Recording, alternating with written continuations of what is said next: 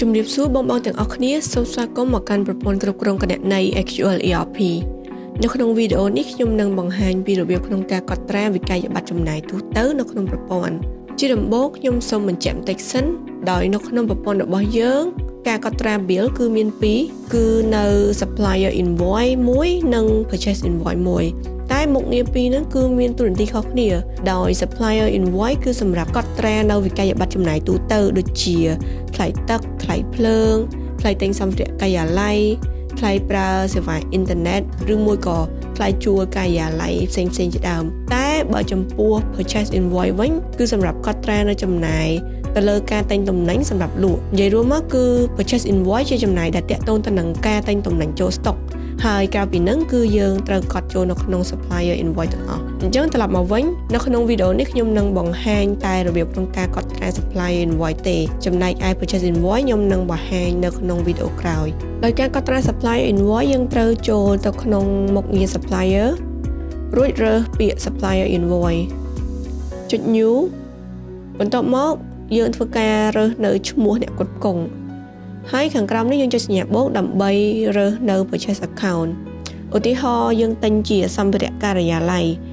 អញ្ចឹងយើងរើស account stationery expense រួចបញ្ចូលនៅ description បញ្ចូលតម្លៃហើយអាចរើស VAT បើសិនជាមាននៅត្រង់កន្លែងនេះ system នឹងធ្វើការគណនាជា sub total ឲ្យហើយបើសិនជាយើងមានចំណាយផ្សេងពីនឹងទៀតឧទាហរណ៍ចំណាយថ្លៃដឹកចុះយើងអាច add បន្ថែមបានរួចរើសនៅ account delivery អញ្ចឹងបើសិនជាយើង search ទៅយើងឃើញថា account នោះអត់ទាន់មានទេយើងអាចចុច new នៅខាងក្រោមនេះដើម្បីបង្កើតនៅ account រួចធ្វើការបញ្ចូល description និងតម្លៃដូចមុនដែរ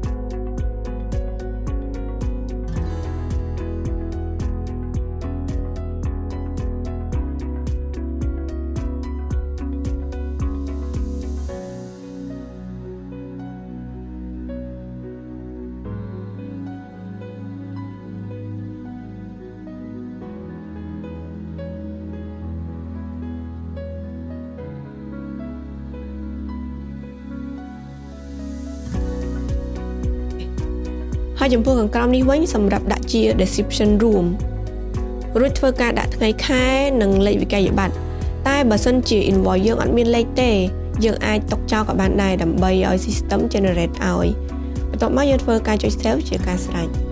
ជាចុងក្រោយបើសិនជាបងមានចម្ងល់បន្ថែមបងអាចធ្វើការឆាតសាកសួរនៅក្នុងក្រុម Telegram ឬមួយក៏ join channel Telegram និង follow page ដើម្បីទទួលបាននៅចំណេះដឹងបន្ថែមទាក់ទងជាមួយនឹងការប្រើប្រាស់ប្រព័ន្ធ SQL នេះផងដែរដោយបងអាច scan QR ខាងក្រោមនេះដើម្បី join បានសូមអរគុណ